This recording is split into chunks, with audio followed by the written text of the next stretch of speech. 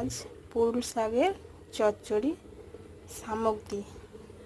প্রথমে কড়াটা গরম করে একটু তেল দিয়ে দেব।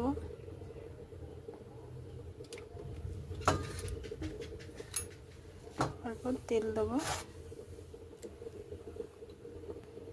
তেলটা গরম হলে শাকগুলোকে এবার দিয়ে দেবো।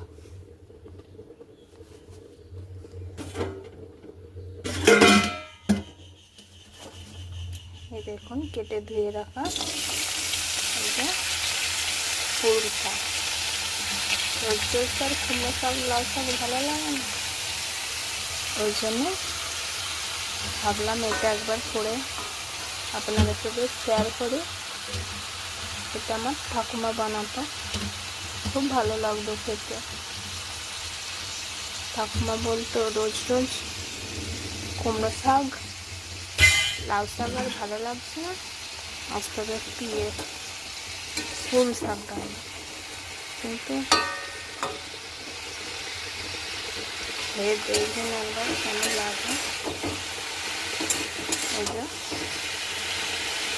আলু, বেগুন আর কাঁঠালের বীজটা শাকে দিলে খুব ভালো লাগে খেতে। যে কোনো শাক চচ্চড়িতে দেবেন, দেখবেন খেতে ভালো লাগে। ভেজে নেব শাকটা।